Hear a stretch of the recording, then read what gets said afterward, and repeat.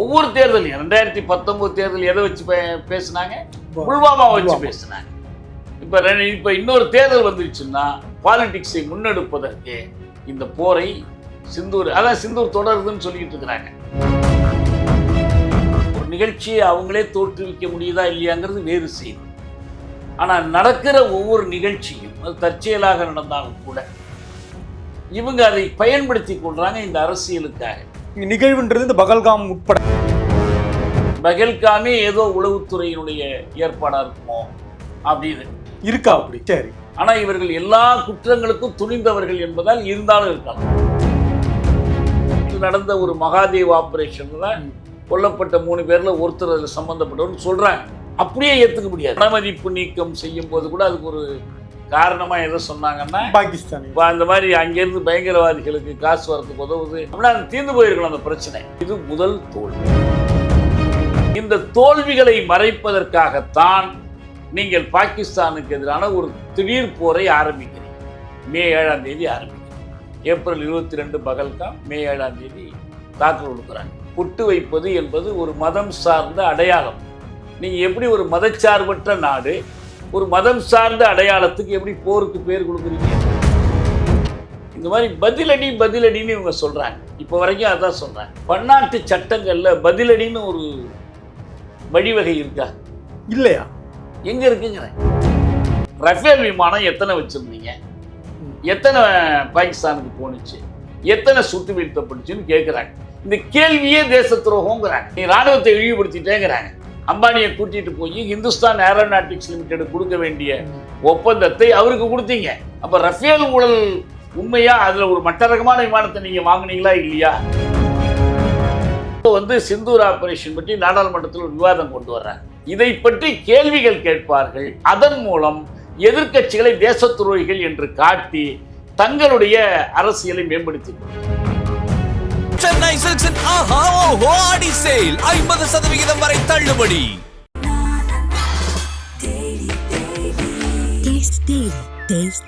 அறுவை சிகிச்சையில் கத்தை என்பது வரலாறு, ரோபோட்டிக் சர்ஜரி என்பது இன்றைய கூறு. தங்கம் புற்றுநோய் சிகிச்சை மையம், நாமக்கல் மற்றும் கான்பூர்.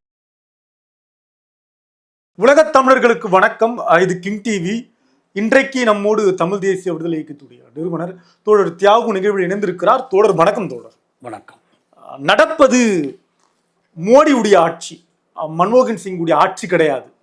நாங்கள் அப்படி சுலபமாக தீவிரவாதிகளை விடமாட்டோம் அப்படின்னு இன்றைக்கு அமித்ஷா அவர்கள் பேசியிருக்கிறார். அரங்கமே அதிர்ந்திருக்கிறது. எப்படி இதை உள்வாங்கிறது? அதாவது இந்த பகல்காம் நடவடிக்கை, பகல்காமில் அந்த பயங்கரவாதிகள் நடத்திய அந்த தாக்குதல், அது ஒரு மோசமான செயல். அது கண்டிக்கத்தக்கது, நடக்கக்கூடாது. இந்த குற்றச்செயலில் ஈடுபட்டவர்கள் மீது சட்டப்படி நடவடிக்கை எடுக்கணும். குறுக்கீடுக்கு மன்னிக்கணும் தோழர், இந்துக்கள் மீது தொடுக்கப்பட்ட தாக்குதல் அப்படின்னு சொல்லப்படுது இல்லையா? அப்படி சொல்ல முடியாது.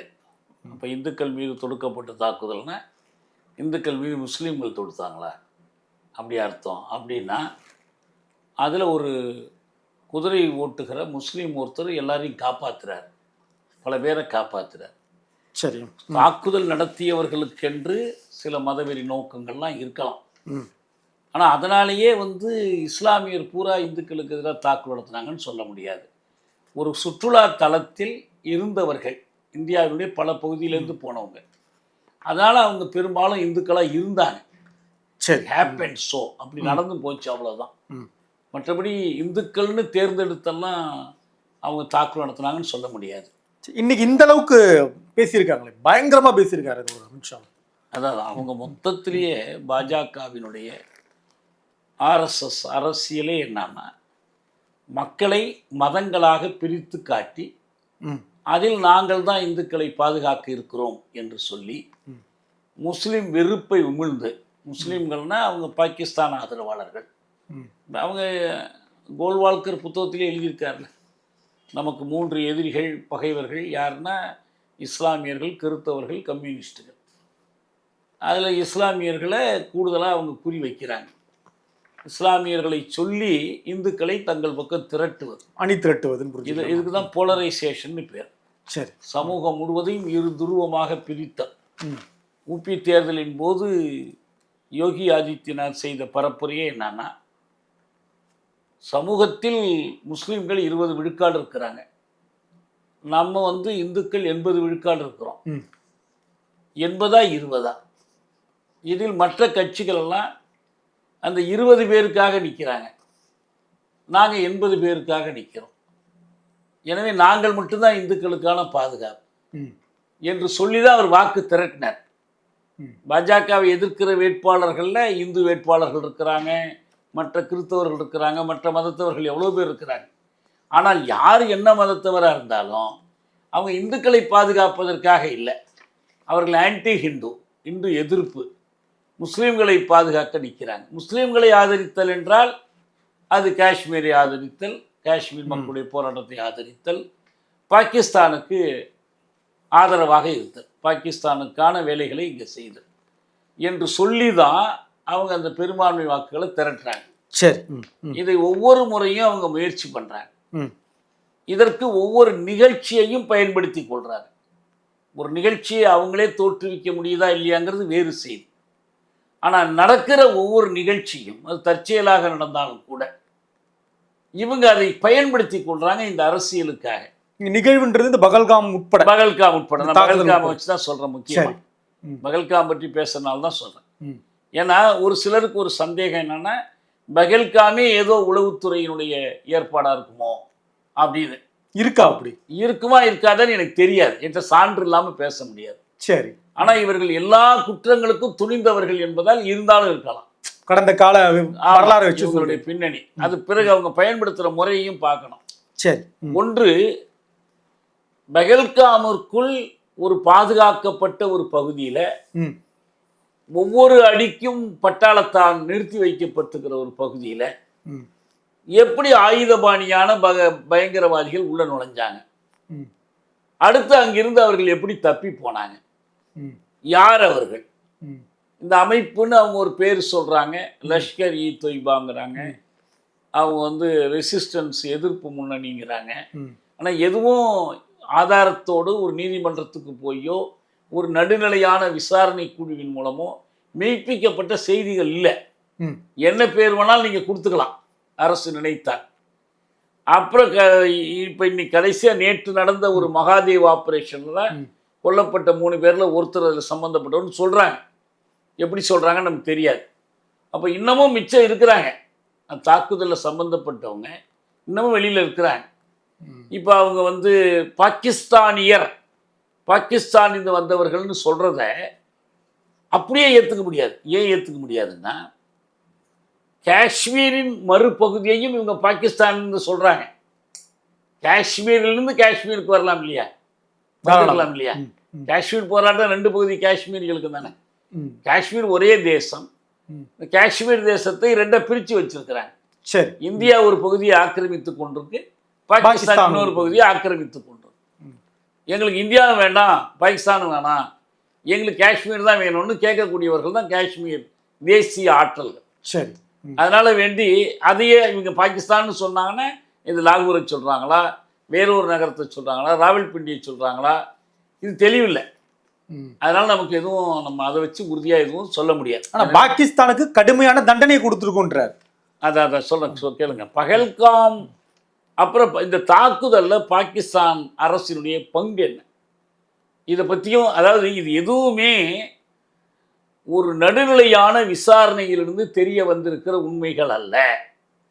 இந்திய அரசு, இந்திய உள்துறை அமைச்சர் என்ன சொல்றாங்களோ அதுதான். நம்ம அதை எடுத்துக்கிட்டு அப்படியே ஒத்துக்கிட்டு நம்ம தலையாட்டலாம். இல்லைன்னா நம்மளை தேச துரோகின்னு சொல்லிடுவாங்க, இந்திய விரோதின்னு சொல்லிடுவாங்க, இந்து விரோதின்னு சொல்லிடுவாங்க என்று நம்ம பயப்படணும்.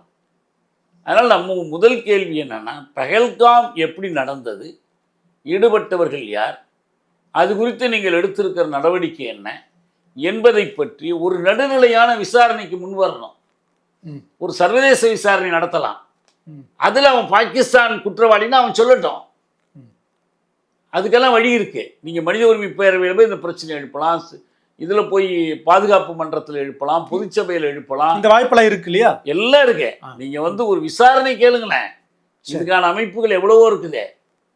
மனித உரிமை பேரவையில் வந்து விசாரித்து அறிக்கை அளிப்பதற்கான வல்லுநர்கள் இருக்கிறாங்க. இப்படி எத்தனை வாய்ப்புகள் இருந்தும் அதையெல்லாம் இல்லை. அந்த பாகிஸ்தான் மீது நீங்கள் போய் பன்னாட்டு நீதிமன்றத்தில் வழக்கு போடலாமே, உங்கள்கிட்ட கிடைச்சிருக்கிற ஆதாரங்களை வைத்து. அதுக்கும் தரவுகள் வேணும் இல்லையா?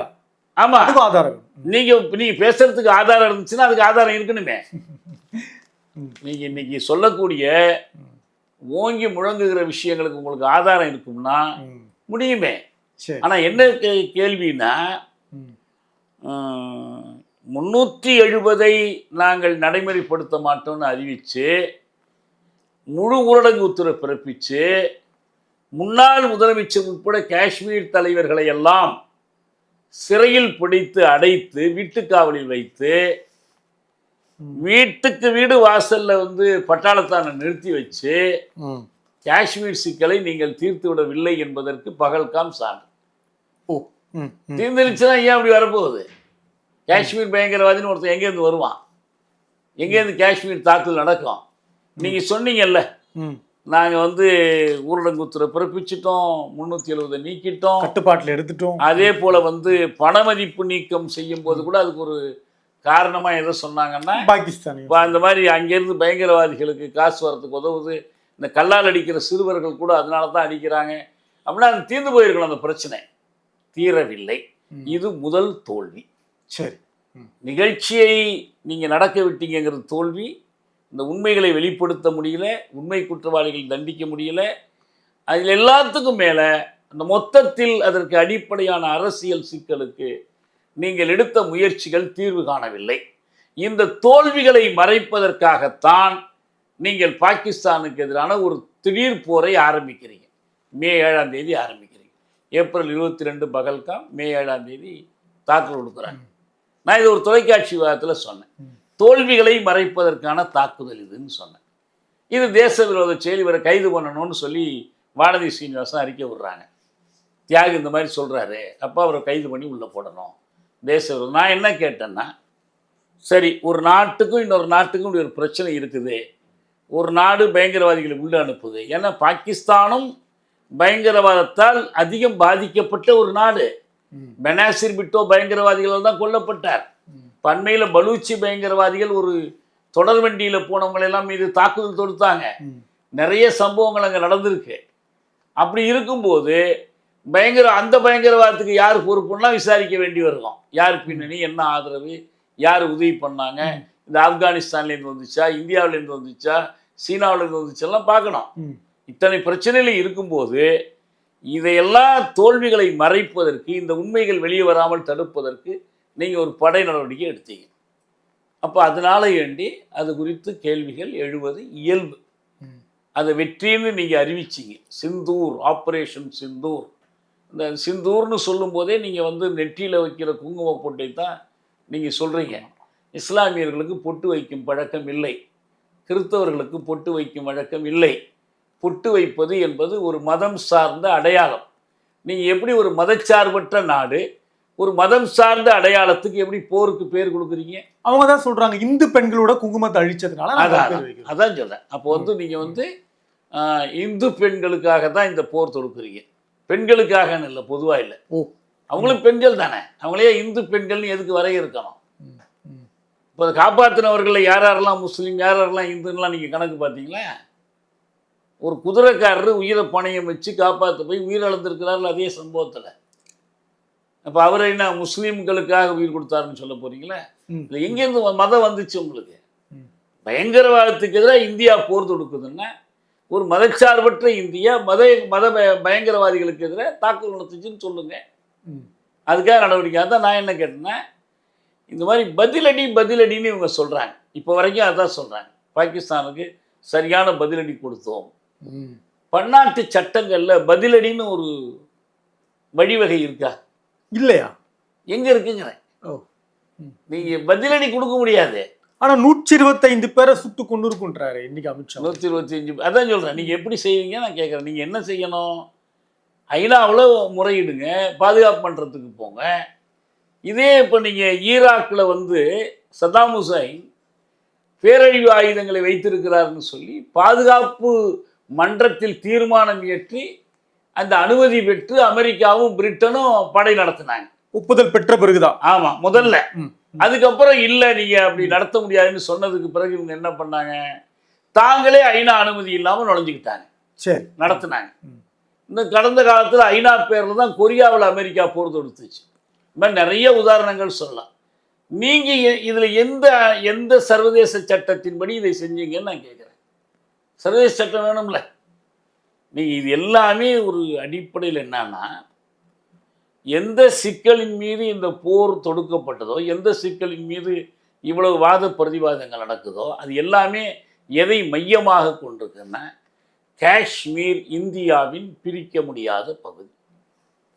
அது உண்மை இல்லை. இது பிரிக்கவே முடியாத பகுதி என்றைக்குமே இந்தியாவின் ஒரு பகுதியாக இருந்துச்சுன்னா இந்த கேள்விக்கு பதில் சொல்லுங்க. 1947 அக்டோபர் 26 காஷ்மீர் இந்தியாவோடு இணைகிற ஒப்பந்தத்தில் மன்னர் ஹரி சிங் கையொப்பமிட்டார் என்று ஏன் சொல்றீங்க? ஒரு காஷ்மீரை இந்தியாவோடு இணைந்து மன்னர் கையொப்பமிட்டதுனாலே சேர்ந்து போச்சா? அப்படின்னா அதுக்கு முன்னால என்னவா இருந்துச்சு? தனியா தானே இருந்துச்சு. உறுதியாயிடுது. இந்திய தலைவர்கள், அது நேருவோ வல்லபாய் பட்டேலோ மற்ற தலைவர்களோ பிரித்தானியரிடமிருந்து அதிகார கைமாற்றம் பெறுகிற போது, ஒப்பந்தம் பெற்ற போது எந்த பகுதிக்கான சுதந்திரத்தை பெற்றார்கள்? பிரிட்டிஷ் இந்தியாவுக்கான சுதந்திரம். அப்படின்னா என்ன அர்த்தம்? அது சமஸ்தானங்களுக்கான அதிகாரம் அல்ல.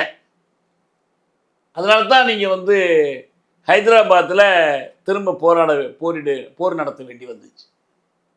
ஹைதராபாத் இணைக்கப்படலை. புதுக்கோட்டைக்கு நீங்க இந்திய அதிகாரம் வாங்கலை, திருவிதாங்கூருக்கு வாங்கலை, போபாலுக்கு வாங்கலை, காஷ்மீருக்கு அப்படித்தானே. அதனால தானே நீங்க 47 போய் சுதந்திரம் வாங்கினது ஆகஸ்ட் 15, இணைப்பு ஒப்பந்தம் அக்டோபர் 26. அப்ப என்ன அர்த்தம்? அப்படின்னா தனி நாடாகத்தான் இருந்திருக்கு. அதான் அர்த்தம். அதுக்கு முன்னால பழைய வரலாறுலாம் போட்டோம். இந்தியாவோடு இணைத்த போது தனி நாடா இருந்தது தான் நீங்க இணைக்கவே முடியும். ஆமா, இன்ஸ்ட்ருமெண்ட் ஆஃப் ஆக்சேஷன் பேரு.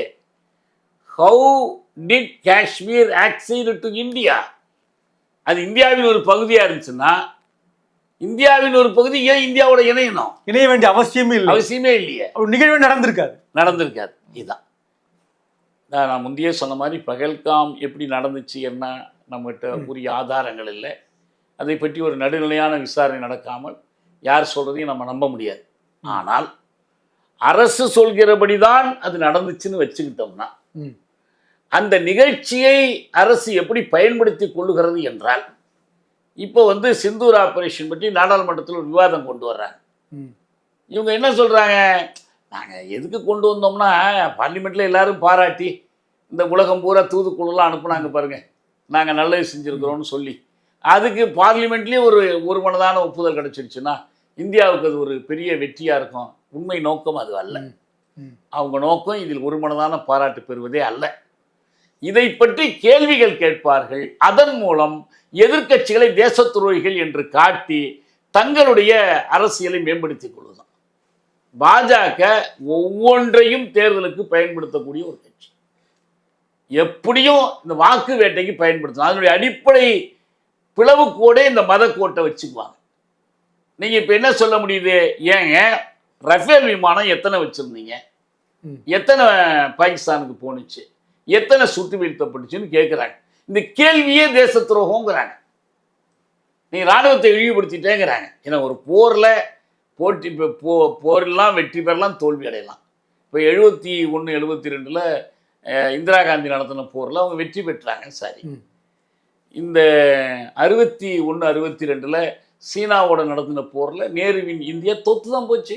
இது எல்லாருக்குமே தெரிந்த வரலாற்று உண்மை. இது சொல்றதுனால என்ன தேச விரோதம் வந்துருச்சு? என்ன தவறு நடந்துச்சுன்னு பாருங்க. நியாயமாக நடந்துச்சா இல்லையாங்கிறது ஒரு கேள்வி. ரெண்டாவது, போரில் என்ன உத்திகள் கையாண்டீங்க, என்ன ஆயுதங்கள் பயன்படுத்துறீங்க, ஏன் இப்படி ஓடி போனாங்க, ஏன் ஒரு சிலர் போய் அங்கே சரண்டர் ஆனாங்க, இந்த மாதிரி கேள்விகள் கேட்கலாம்ல. இப்போ பாகிஸ்தான் இந்த கேள்வி கேட்பான்ல, ஏன் வங்கதேசத்தில் அனுப்பப்பட்ட பாகிஸ்தான் ராணுவ வீரர்கள் கிட்டத்தட்ட 1,00,000 பேர் ஏன் சரணடைஞ்சாங்க இந்தியா கிட்ட? அந்த அது மாதிரி நீ உன்னுடைய தோல்விகள்லேருந்து கேள்வி கேட்கணும்ல. ரஃபேல் 1. இரண்டாவது, ரஃபேல் விமானம் தொடர்பாக ஏற்கனவே ஊழல் புகார் இருக்கு. ம், பிரான்ஸ்லேருந்து வரவழைக்கப்பட்ட சம்பந்தமா அதை நீங்க வந்து ஒரு சீல்டு கவர்ல கொடுத்து நீதிமன்றத்தை சமாதானப்படுத்தி சுஷாந்த் பூஷன் வழக்கே போட்டார். இதுக்கு ஒரு தீர்வுமே இல்லையே. சரி, அதுல யாருக்கு இன்னொருத்தருக்கு சம்பந்தம் இருக்கு? அம்பானியை கூட்டிட்டு போய் இந்துஸ்தான் ஏரோநாட்டிக்ஸ் லிமிடெட் கொடுக்க வேண்டிய ஒப்பந்தத்தை அவருக்கு கொடுத்தீங்க. ரஃபேல் விஷயத்துல அவருக்கு அந்த தொழில எந்த தொடர்புமே இல்லாதவர், அனுபவமே இல்லாதவர், ஆனா அவருக்கு கொடுத்தீங்க. அப்ப ரஃபேல் ஊழல் உண்மையா? அதுல ஒரு மட்ட ரகமான விமானத்தை நீங்க வாங்குனீங்களா இல்லையா? அந்த ரஃபேலை வீழ்த்திய கருவிகள் பாகிஸ்தான் என்ன இருக்கு? இப்ப ஈரான் இஸ்ரேல் போர் நடக்குதுன்னா அவன் என்னெல்லாம் ஆராயிறான்.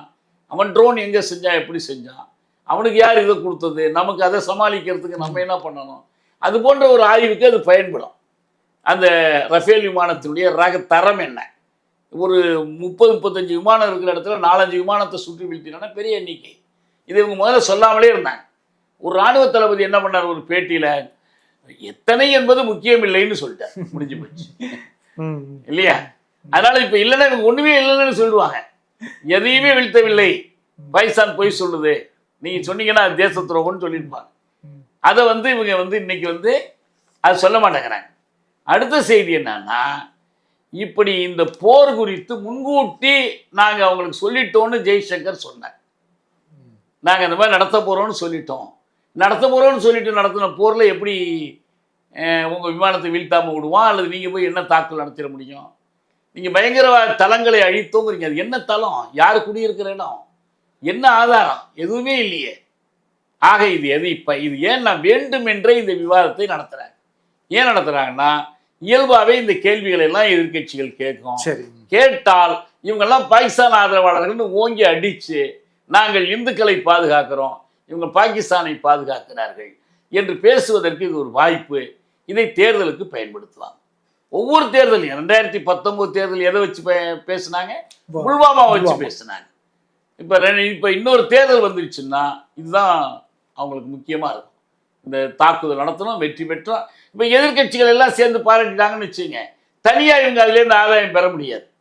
இப்ப இந்த விவாதம் வர்றதுனால என்ன பண்ண முடியும்னா, அவங்களுடைய அந்த ஓட்டு அரசியலை முன்னெடுப்பதற்கு, போலரைசேஷன் பாலிடிக்ஸை முன்னெடுப்பதற்கு இந்த போரை சிந்தூர் தொடருதுன்னு சொல்லிட்டு இருக்கிறாங்க.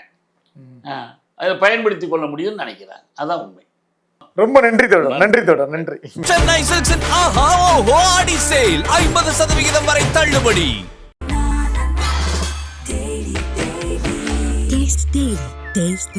அறுவை சிகிச்சையில் கத்தை என்பது வரலாறு, ரோபோட்டிக் சர்ஜரி என்பது இன்றைய கூறு. தங்கம் புற்றுநோய் சிகிச்சை மையம், நாமக்கல் மற்றும் கான்பூர்.